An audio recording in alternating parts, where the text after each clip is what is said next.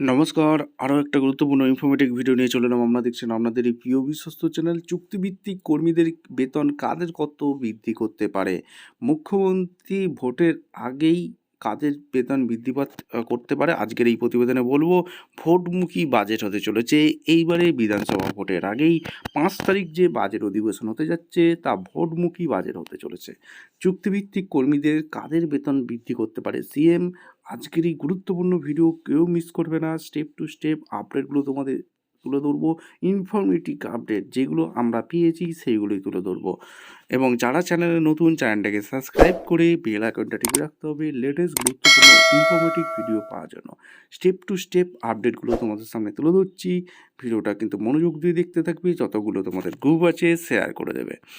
এখানে পরিষ্কার বলে রাখি, চুক্তিভিত্তিক কর্মীদের প্রথম চুক্তিভিত্তিক কর্মীদের যেগুলো বলবো, সমস্ত চুক্তিভিত্তিক কর্মীদেরই একটা সার্কেল জড়িয়ে আছে। সবাই কিন্তু আন্দোলনের রাজপথে আন্দোলন করছে। প্রথমে আশা কর্মীদের নিয়ে বলবো। আশা কর্মীরা রাজপথে আন্দোলন করছে, এখনও পর্যন্ত আন্দোলন করছে। তাদের দাবি দেওয়া অনেক কিছু আছে, তাদের দাবি দেওয়াগুলো এক এক করে বলবো। আশা কর্মীদের বলবো, সিভিল পুলিশদের তাদের দাবি দেওয়াগুলো বলবো, এবং পার্শ্ব শিক্ষক তাদের দাবি দেওয়াগুলো বলবো। সমস্ত কিছু বলবো। চুক্তিভিত্তিক যারা আছেন তাদের নিয়ে বলবো। অবশ্যই খুব গুরুত্বপূর্ণ ভিডিও, কেউ মিস করবে না। প্রথমে আমরা দেখে নেব আশা কর্মীদের দাবি দেওয়াগুলো কী। আশা কর্মীদের দাবি দেওয়াগুলো আগে জেনে নেব। বর্তমানে প্রদত্ত ভাতার পরিবর্তে ন্যূনতম 15,000 থেকে 21,000 টাকার মাসিক ফিক্সড বেতনের দাবি জানানো হয়েছে। এটা 15,000 টাকা বলা হয়েছে। সরকারি কর্মচারীদের মর্যাদা নিজেদের কেবল স্বেচ্ছাসেবী হিসেবে না দেখে সরকারি অর্থাৎ পারমানেন্ট স্থায়ীকরণের পক্ষে গেছে। বকেয়া ইনসেন্টিভ, দীর্ঘদিন ধরে বকেয়া থাকা ইনসেন্টিভ বা উৎসব ভাতা অবিলম্বে মিটিয়ে দেওয়ার দাবি করে। অবসরকালীন সুবিধা, অবসরের পর এককালীন অন্তত 5 লক্ষ টাকা অনুদান এবং পেনশন ব্যবস্থার সুযোগ রাখা, কাজের চাপ কমানো, অতিরিক্ত ডিউটি এবং মোবাইল অ্যাপের মাধ্যমে তথাকথিত ডিজিটাল কাজের বোঝা কমানোর দাবি জানানো হয়েছে। সামাজিক সুরক্ষা, ইএসআই এবং পিএফ মতো সামাজিক সুরক্ষা বিমার আওতায় আনা, অভিজ্ঞতার ভিত্তিতে পদোন্নতি, কাজের অভিজ্ঞতার ভিত্তিতে উচ্চতর পদে পদোন্নতি এবং বাৎসরিক ইনক্রিমেন্ট নিশ্চিত করা, মাতৃত্বকালীন ছুটি, এগুলো আশাকর্মীরা দাবি দেওয়া করেছে। আশাকর্মীদের এই আন্দোলন বর্তমানে পশ্চিমবঙ্গে ভারতের বিভিন্ন রাজ্যে জোরালো হয়েছে। সেখানে তারা ভাতা নয় বেতন চাই স্লোগানের সামনে রেখে প্রতিবাদ জানিয়েছে। এই আশাকর্মীদের নিয়ে মুখ্যমন্ত্রীর বার্তা কী আছে সেটাও আপনাদের সামনে তুলে ধরবো। এরপর আমরা সিভিল পুলিশদের আপডেট একটা দেবো। পশ্চিমবঙ্গ পুলিশ ওয়েলফেয়ার কমিটির পক্ষ থেকে পুলিশ কর্মী, সহযোগী পুলিশ কর্মীদের, বিশেষত এনভিএফ কর্মীদের জন্য চলতি বর্ষে 2026 সালে যাতে 70 সিসিএল ছুটি করা হয় তার জন্য মাননীয় ডেপুটি সেক্রেটারি পশ্চিমবঙ্গ সরকার হোম হিল অ্যাফেয়ার্স ডিপার্টমেন্ট মহাশয়ের কাছে আদেশ জানানো হয়েছে, যেখানে চুক্তিভিত্তিক যতগুলো কর্মী আছে তাদের কিন্তু যাতে ছুটি এবং বেতনটা বিষয় বিবেচনা করা হোক, এই নিয়ে একটা আপডেট কিন্তু পেয়েছি। সেই আপডেটটা কি দেখে নাও। ইতিমধ্যে ওয়েলফেয়ার কমিটি একটি চিঠি লিখেছে, অর্থাৎ এখানে পরিষ্কার বলেছে সিভিল পুলিশদের বা রাজ্য পুলিশের সরকারি ছুটি বাড়ানো এবং তাদের বেতন নিয়ে অলরেডি চিঠি দিয়েছে। ঠিক আছে, এইবার মুখ্যমন্ত্রী কি এই দাবি দেওয়া কি মেনে নেবে? কি ভোটের বাজেটের আগে কি উঠে আসছে আজকের এই প্রতিবেদনে গুরুত্বপূর্ণ ভিডিওতে যাচ্ছে, কেউ মিস করবে। আচ্ছা, এই নোটিশটা 7ই জানুয়ারি প্রকাশিত হয়েছে, যে এখানে সিভিক ও ভিলেজ পুলিশের বেতন বৃদ্ধির দাবি সমর্থনে পুলিশ ওয়েলফেয়ার কমিটি 18,000 টাকা ন্যূনতম করার ঘোষণা করেছে। অর্থাৎ সিভিকদের 18,000 টাকা করতেই হবে। এখানে পরিষ্কার বলে দিয়েছে, দেখতে পাচ্ছ 18,000 টাকা এখানে করতে হবে। হোমগার্ড এনভিএফরা 18,000 টাকা একটু বেশি পেতে পারে, সিভিকদের 18,000 টাকা করা উচিত। ওয়েলফেয়ার কমিটি অলরেডি দাবি জানিয়েছে। এবার বাজেটের আগে কি সিভিক পুলিশদের ভাগ্য খুলতে চলেছে? মোটামুটি একটা আন্দাজ করা যাচ্ছে যে 18,000 না করা হলেও সামান্য কিছু হয়তো বাড়তে পারে বাজেটের আগে। এখনও নিশ্চিত খবর আমরা পাইনি।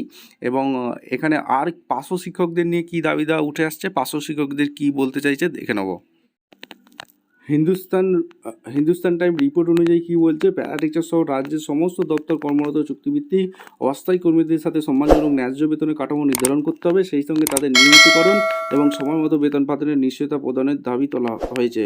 বিদ্যালয়ের মাদ্রাসা স্তরে কর্মরত এবং অবসরপ্রাপ্ত সমস্ত শিক্ষককর্মীদের জন্য West Bengal health scheme WBHS চালু করার ঘোষণা করতে হবে রাজ্য সরকারকে, যাতে তাদের স্বাস্থ্য সুরক্ষা চিকিৎসা পরিষেবা নিশ্চিত হয়।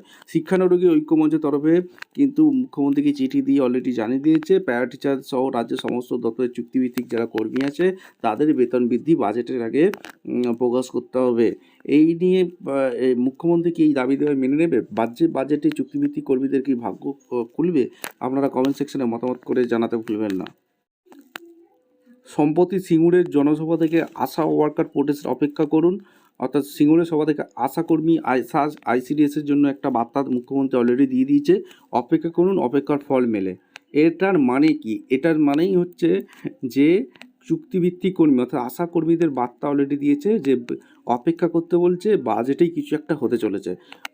এখানে পরিষ্কার বলে দিয়েছে বাজেটেই কিছু হতে চলেছে, আশা কর্মীদের আন্দোলনের যে ফল তারা কিন্তু পেতে চলেছে, এমনটাই বলছে সবাই।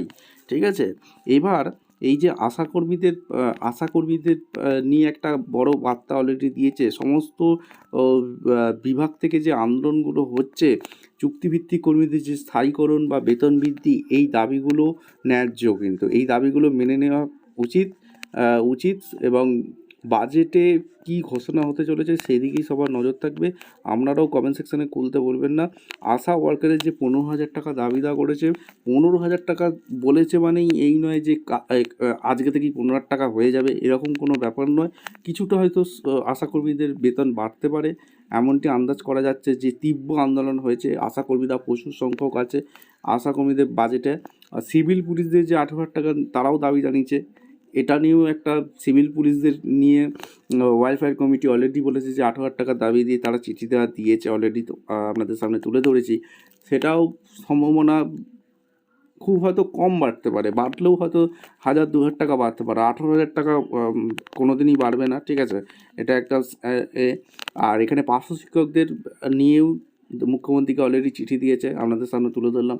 সেখানেও খুব একটা যে বাড়বে বলে মনে করছে না, কিন্তু ভোটমুখী বাজেটে কোন দাবিটি বাড়বে, মোটামুটি ধরে রাখুন সরকারি কর্মচারীদের ডিএ এটা বাড়তে চলেছে, একদম কনফার্ম খবর যে সরকারি কর্মচারীদের ডিএ বাড়াবে, কারণ সুপ্রিম কোর্টের একটা চাপ আছে। এরপর আরেকটা জিনিস বাড়তে পারে, যেটা হচ্ছে স্বাস্থ্যসাথী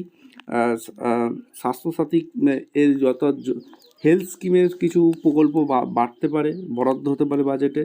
লক্ষ্মীর ভাণ্ডার নিয়ে হয়তো বাড়তে পারে, হয়তো 300-400 টাকা হয়তো বাড়তে পারে। ঠিক আছে, এটা একটা আপডেট আসছে।